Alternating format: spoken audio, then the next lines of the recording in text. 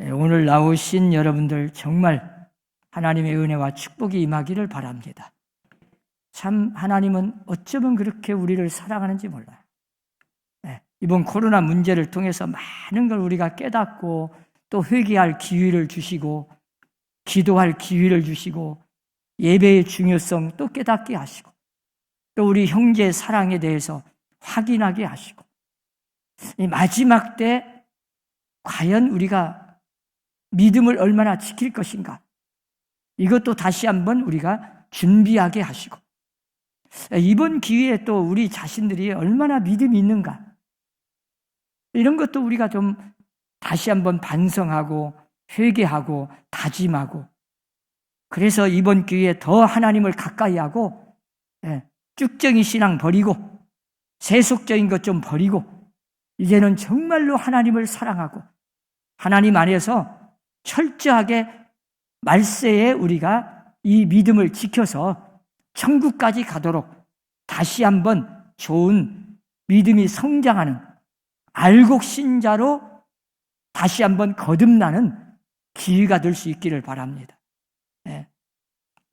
우리가 이 데살로니가 전서를 공부하는데 참 이 마지막 부분에 가까이 왔습니다. 이 사도 바울은 이제 처음에는 교리적인 이야기를 했어요. 무엇을 믿는가? 우리가 어떻게 믿어야 하는가? 그러나 이제 마지막 부분에 갈수록 윤리적인 이야기. 그러면 믿는 사람은 어떻게 생활을 해야 되는가? 우리의 믿음의 열매가 그 행함으로 나타나는 거예요. 여러분, 모든 만사는 예수님도 말씀했잖아요. 열매를 보고 하는 거예요. 그동안 우리가 이 코로나 문제를 통해서도 정말 우리 자신들을 돌아볼 때 저는 뭔 생각을 했냐면 과연 우리가 믿음이 진짜 하나님이 기뻐하는 하나님이 원하시는 그런 믿음을 갖고 있었나? 껍데기만 그냥 형식적으로만 말로는 그냥 겉으로는 상당히 믿음이 있는 것 같고 우리가 신앙생활 몇십 년 하고 뭐 예배 드리고 기도하는 일 한두 번 했어요? 금식 기도하고 철야 기도하고 기도도 많이 하고 예배 뭐 한두 번 드렸습니까? 우리나라 같이 일주일이면 몇 번씩 막 예배 드리고 찬양하고 했는데 과연 우리의 드리는 기도와 예배와 찬양이 하나님 앞에 얼마나 상달됐을까? 과연 하나님이 그렇게 기뻐 받으시는 산 예배를 드렸을까? 우리의 기도가 정말로 하나님 앞에 상달되는 그런 능력 있는 기도가 되었을까? 너무 우리가 형식적이고 너무 우리가 그냥 외식하는 신앙으로 너무 위선된 그런 신앙을 가지고 있었지 않았는가? 그러면서 저는 참 회개해 봤습니다. 이번 기회에 다시 한번 우리 선함교회 온 성도들은 정말 진실한 믿음, 살아있는 믿음, 하나님이 기뻐하는, 하나님이 원하시는, 하나님 앞에 정말 칭찬받는 그런 믿음을 다시 회복하고 되찾는 기회가 될 수 있기를 바랍니다. 그래서 오늘 사도 바울은 오늘 이렇게 마지막 부분에 갈수록 우리 그리스도인들은 어떻게 생활해야 하는가? 그리스도인의 생활 윤리를 잘 말씀하고 있어요. 믿는 사람은 이렇게 행해야 된다. 그런데 행함을 강조한다고 해서 우리가 행함으로 구원받는 건 아니에요. 믿음이 진짜 있다면 이렇게 생활하는 게 열매다. 만약에 이런 열매가 없고 그런 것이 아니라면 그건 뭔가 믿음이 잘못됐다. 믿음이 병이 들었든지 죽은 믿음이든지 가짜 믿음이든지 그럴 수밖에 없잖아요. 자, 건강한 씨앗 그 종자는 잘 자라면 열매를 맺게 돼 있어요. 그런데 열매가 없어. 뭔가 이유가 있는 거 아니겠어요? 그래서 이 믿음이라는 거 어떻게 믿어야 하는가? 무엇을 믿는가? 그리고 그 믿음은 이런 열매로 이렇게 생활을 해야 된다. 이것은 어떻게 보면 참 원인과 결과의 관계처럼 아주 불가분의 관계가 있는 거예요. 그냥 떼어놓은 게 아니에요. 우리의 신앙은 열매를 보고 하는 거예요. 물론 열매도 가짜, 거짓된 진짜 열매인 것 같은데 사실은 쭉정이만 있는 그런 열매가 있어요. 그건 열매가 아니죠. 겉으로는 참 나락이 다 있는데 가보면 알맹이가 하나도 없어. 이건 쭉정이라고 그래요.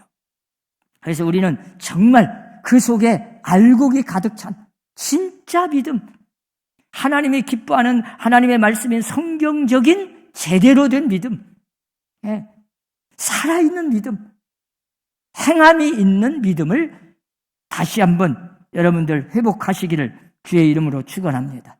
자, 그래서 오늘 본문에 보면 우선 오늘 9절에 보면 형제 사랑이라는 말씀이 나와요. 형제 사랑. 참 이것은 가정의 이웃에 국한된 것이 아니고 심지어는 그 지역, 심지어는 이방인들까지도 한마디로 말하면 전체를 말씀하는 사랑이에요. 형제 사랑. 유대인이건 이방인이건 예수 믿는 사람은 다 한 형제입니다. 이걸 말하는 거예요. 문화와 민족, 국가를 다 넘어서서 초월해서 그리스도 안에서 나누는 그런 사랑. 그리스도의 사랑, 이걸 형제 사랑이라고 표현한 거예요. 특별히 이 형제 사랑의 뿌리는 어디에 있냐? 이 데살로니가 전서가 사실은 전적으로 계속해서 말씀하고 있는 그 내용, 주제는 뭐냐? 주님의 재림을 기다리는 신앙이었습니다. 그때 당시는 정말 예수님이 부활하시면서 내가 다시 오겠다 약속했잖아요. 지금도 그 말씀은 유효합니다. 우리는 인간적인 시간으로 해서 그냥 이거 2000년 전에 말씀했는데 아직도 안 왔다고, 앞으로도 그냥 몇천 년이 있을지도 모른다, 그렇게 착각만 하면 안 돼요. 하나님의 시간은 하루가 1000년 같고 1000년이 하루 같아요. 그래서 예수 믿는 사람은 이 주님의 재림을 기다리는 이 신앙을 가져야 되는데 종말론적인 신앙을 가져야 돼요. 예수님이 오늘 오실지 내일 오실지 지금 오늘 밤에 오실지 10년 후에 오실지 몰라. 나는 몰라요.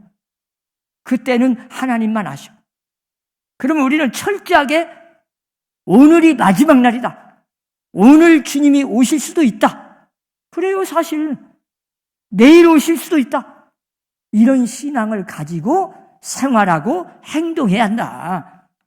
아이고 주님이 앞으로 10년, 100년, 1000년 후에 나올 테니까 나는 그냥 그동안 아무렇게나 살지, 이러면 안 된다. 그래서 예수 믿는 사람은 언제나 종말론적인 신앙, 그렇다고 종말론주의자가 되었지요. 시한부 종말론을, 저기 신천지라든지 다 이단들은 뭐요? 시한부 종말론. 마치 예수님이 그냥 왔대. 너희가 못 본대. 눈이 어두워서 자기만 안 돼. 자기가 재림 예수돼. 그리고 몇 월 며칠 날 또 오신대. 그럼 또 틀리면 뭐냐? 또 믿음이 부족해서 올라다가 안 왔대. 연기했대. 이렇게 자꾸 속이는데 또 속지 마시고, 예수님이 이 땅에 재림하시는 날은 아무도 몰라요. 하나님만 아셔. 우리 인간에게 알려주면 어떻게 되겠어요? 아니 안 알려주고 우리 인간은 누구도 모른다, 하나님만 아신다 해놨어도 그냥 자기가 안 돼. 참 그런 교만이 어디 있어요?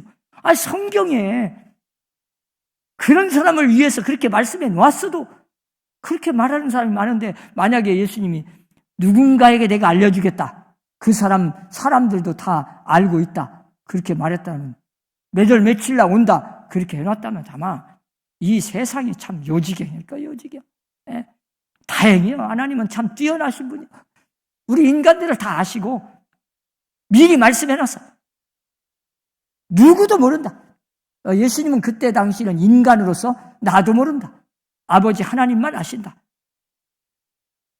미래는 정말 사람은 믿음으로 받아들이는 거지 모릅니다. 여기 있는 모든 사람들도 우리가 천국 갈 걸 믿음으로 확신하고 받아들이는 거지, 사실은 인간은 몰라요. 여기 앉으신 우리가 모두가 다 하나님은 천국 갈지 지옥 갈지 다 알아. 근데 제가 볼 때는 오늘 나오신 분들은 다 천국 갈 것 같아요. 그건 믿음으로 아멘하는 사람은 틀림없이 갈 거예요. 왜냐? 그 믿음이 있기 때문에. 이게 성경에서 말하는 겁니다, 그게. 그러나 자기가 나는 지옥 간다, 그렇게 믿는 사람 여기 혹시 있어요? 아마 한 사람도 없어. 왜? 나는 지옥 갈 것이다, 100% 믿는다. 그건 지옥 갈 걸 믿는 게 아니라 이미 믿음이 있다는 증거예요. 그런 사람 없어요. 그건 지식으로 아는 사람도 없고. 그 어떤 사람이 아냐? 어느 때 아냐? 마지막 지옥으로 떨어질 때 알아요. 그래서 여러분, 우리가 이 장례식도 많이 치러봤지만 마지막 임종 시간 잘 보세요. 지옥 가는 사람은 다릅니다. 왜? 그때는 이미 천사가 나를 데리고 오는지 마귀가 나를 데리러 오는지를 알아요. 벌써 이미 영으로 압니다. 얼마나 발악을 합니다. 안 가고 싶어서. 막 땅을 치고 후회하죠. 성경 말씀대로 슬피 울며 이를 갈아요. 막 땅을 치고 후회하고.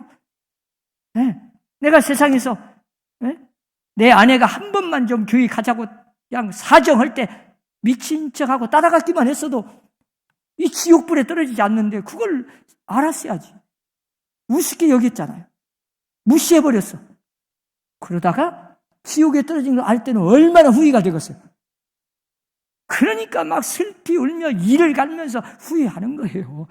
그래서 우리 장로교는 칼빈의 예정론을 믿는 거예요. 그 예정은 뭐냐? 나는 반드시 천국 갈 것을 이미 하나님이 예수 믿고 어느 때 교회 다녀서 어느 때 선함교회 나와서 믿음 지켜서 천국 갈 것을 이미 다 하나님은 예정해 놨어. 그 예정 안에 있는 사람이 오늘 수요일 밤에도 나온 거예요.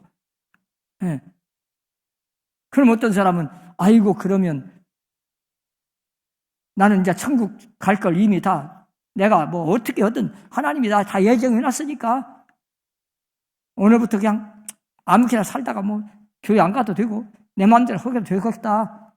그렇게 착각하는 사람도 있을 수 있어요. 그런데 그건 아주 미련한 거예요. 왜? 만약에 그 사람이 정말로 그런 생각을 가졌다면 그 사람은 그 생각까지도 이미 하나님의 예정이 났어. 그래가지고 지옥에 가면 끝나버려요. 그러니까 여러분 언제나 천국은 침노하는 자가 빼앗아. 내일 일을 몰라. 안 알려줬어. 그래서 믿음으로만 받아들이게 돼 있어. 그래서 구원은 믿음으로 받는 거예요.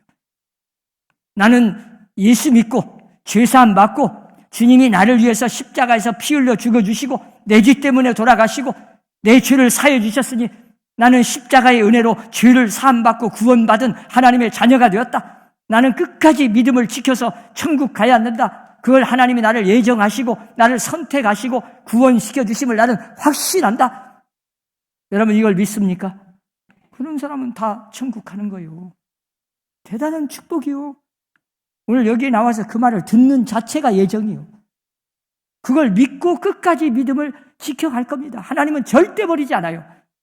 혹시라도 교만해서 그냥 사탄이 게임을 넘어가지고 아이고 나 오늘부터 이제 이미 하나님 나를 천국으로 인도하고 어떻게 알아요? 그건 믿음으로 하는 건데 지식으로 하는 게 아니라고.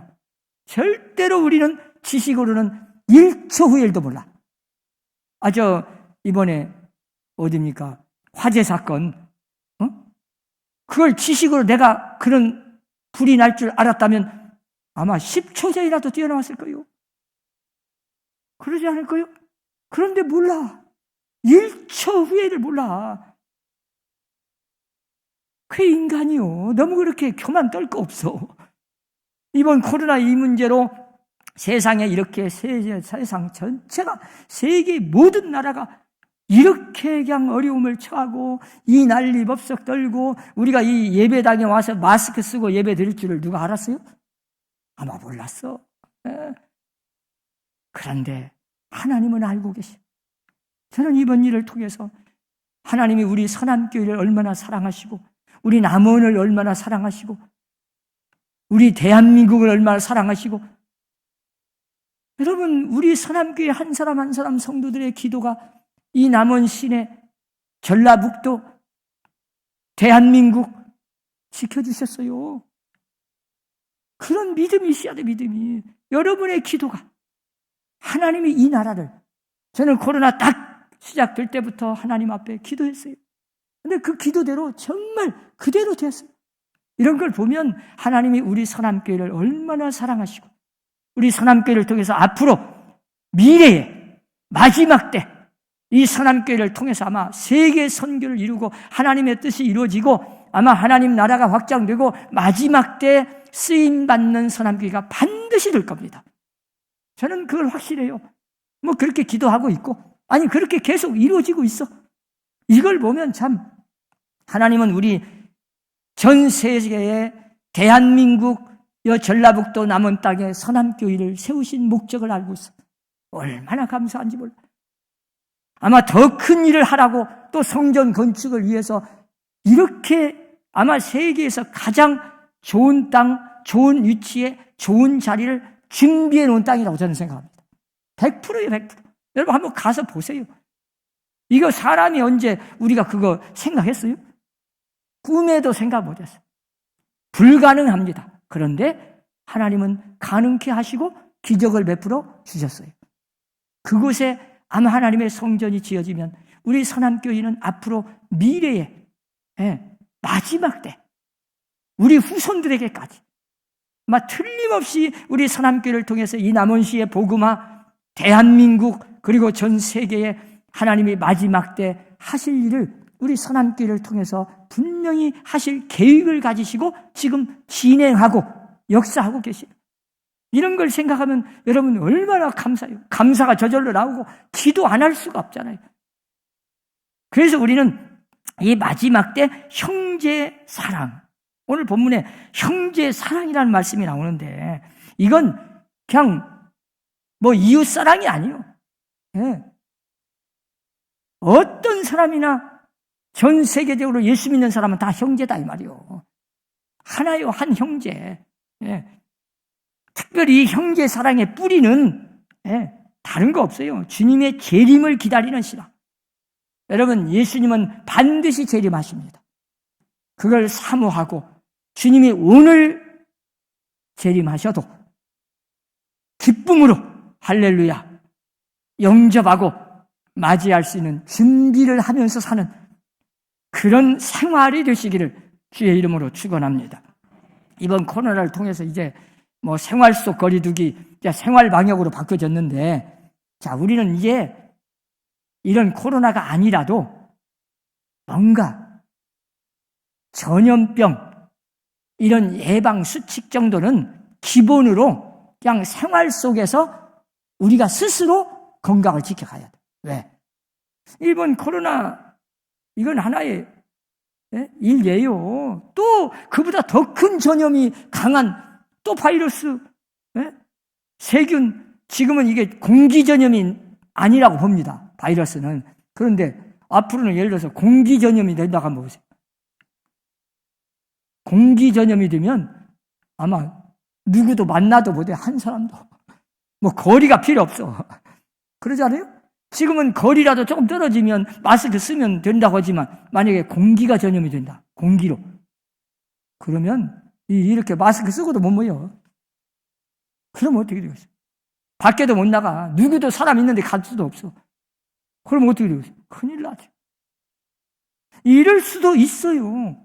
이런 걸 우리가 대비하고 손 씻는 문제 뭐 이런 것은 우리가 기본으로 해야 돼, 기본. 그리고 앞으로는 뭐 이런 황사라든지 미세먼지가 얼마나 많습니까? 우리가 자연적으로 이미 우리 스스로 파괴한 거예요. 지구의 온난화를 통해서.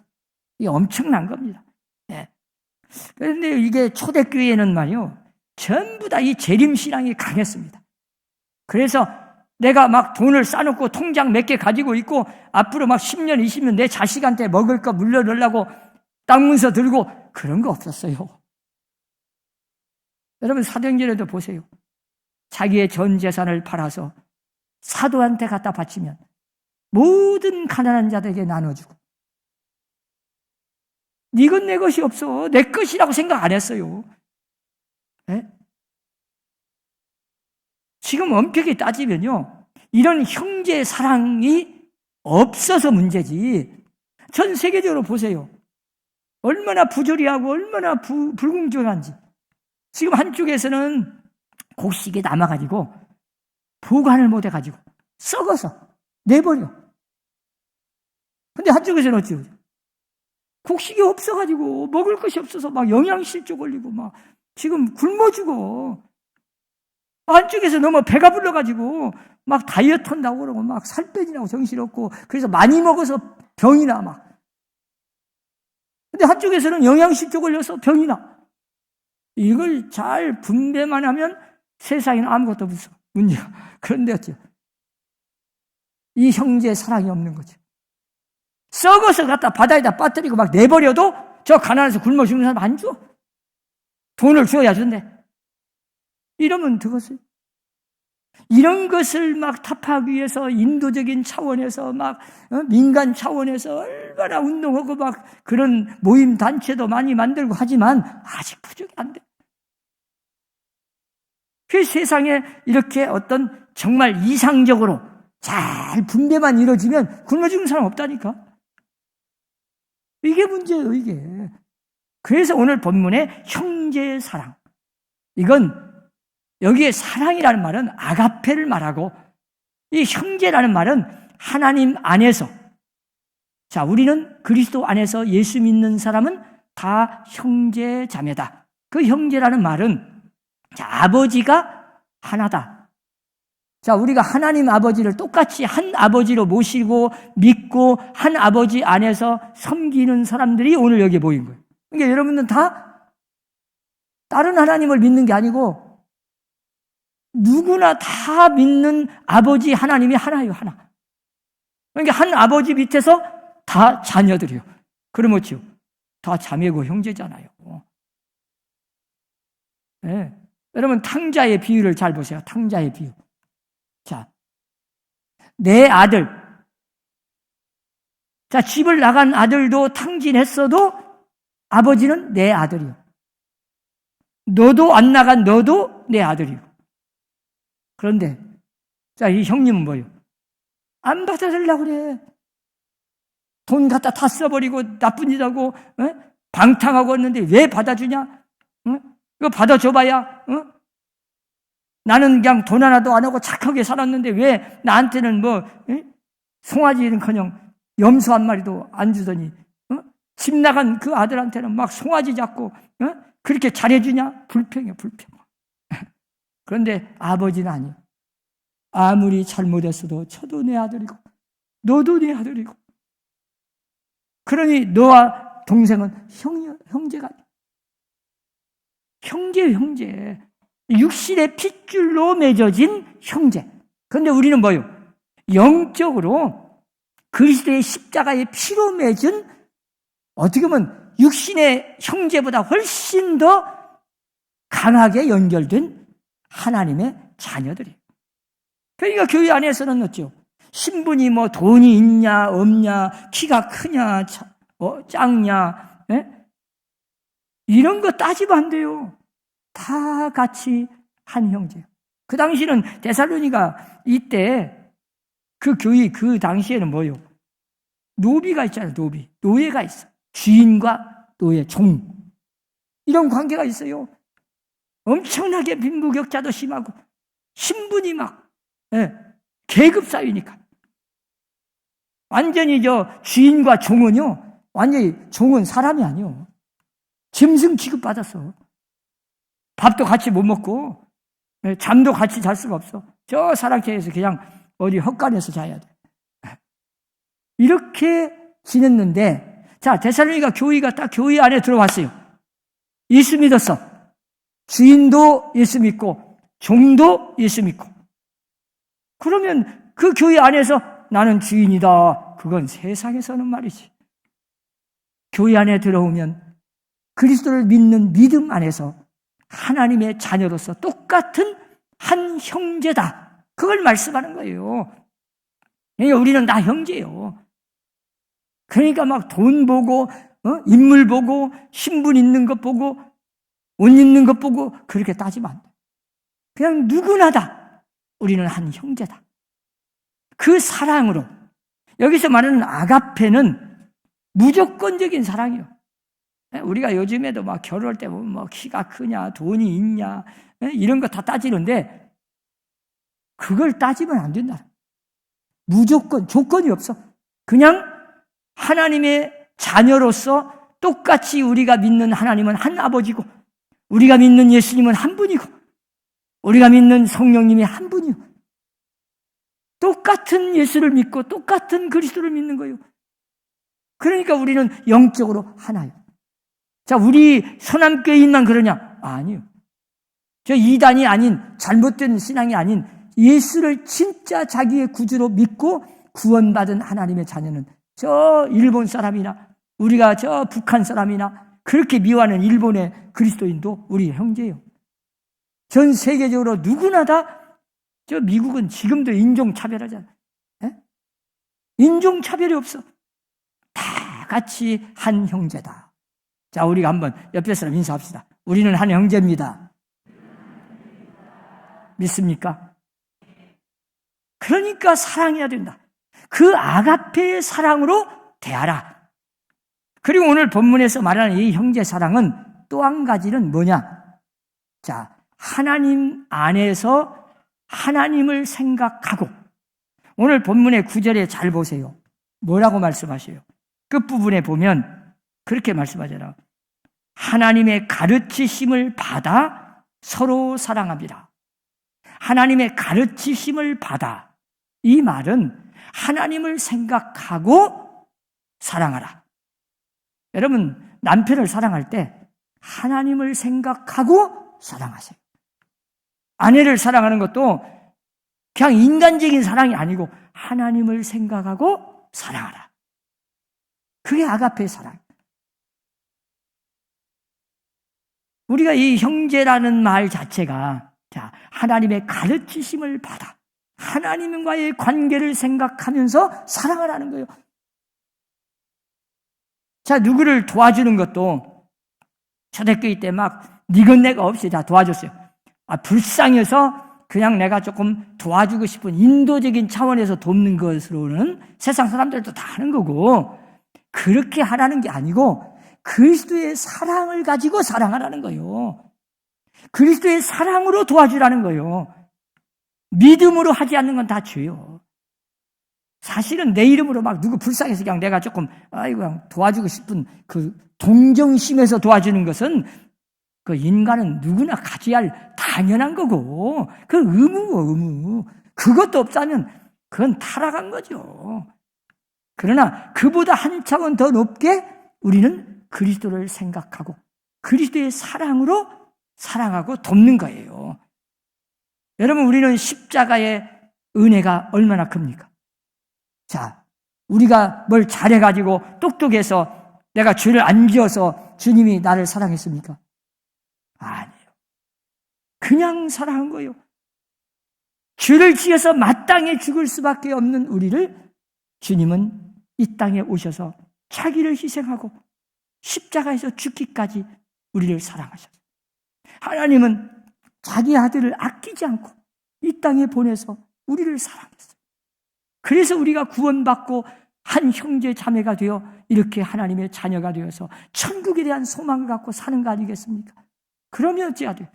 이제는 우리가 주님을 생각하면서 십자가의 사랑을 받았으므로 당연히 주님의 사랑을 생각하면서 주님의 사랑으로 사랑하라.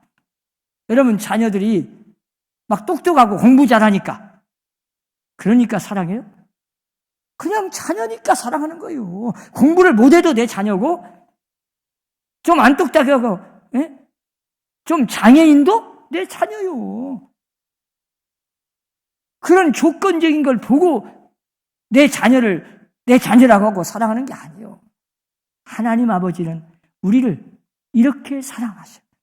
우리도 그 그리스도의 사랑을 가지고 이제 철저하게 예수님의 사랑으로, 주님의 십자가의 사랑으로, 주님을 생각하면서 내 남편을 사랑하고 내 자녀를 사랑하고 내 아내를 사랑하고 우리 형제를 사랑하는 그 사랑을 오늘 본문에서 형제의 사랑이라고 말하는 거예요. 하나님의 가르치심을 받아 서로 사랑하라. 서로가 또 중요해. 네. 종이든 주인이든, 주인은 자기가 종인 것처럼, 종은 똑같이 주인과 종의 관계가 아니에요. 이제 서로 교회 안에서 그리스도의 사랑으로 서로 사랑하라. 이 아가페의 사랑, 이 사랑으로 사랑하라는 말씀입니다. 그래서 기독교는 사랑의 종교예요. 하나님의 속성은 사랑입니다. 원수까지도 사랑하라는 이 사랑을 가지고 우리는 내가 그냥 동정심에 의해서가 아니라 그냥 세상 사람들이 말하는 그런 인도적인 차원에서가 아니라 그리스도의 뜨거운 그 사랑, 한 아버지를 믿고 한 예수님을 믿는 이 믿음 안에서 서로 살아가면서 서로 돕고 서로 협력하면서 사는 성도들이 되시기를 주의 이름으로 축원합니다. 기도합시다.